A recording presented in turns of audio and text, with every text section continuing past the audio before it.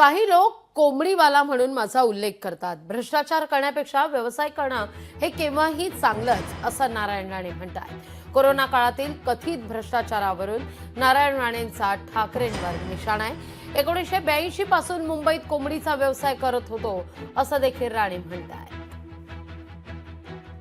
व्यवसाय 82 पासून करतोय मुंबईत।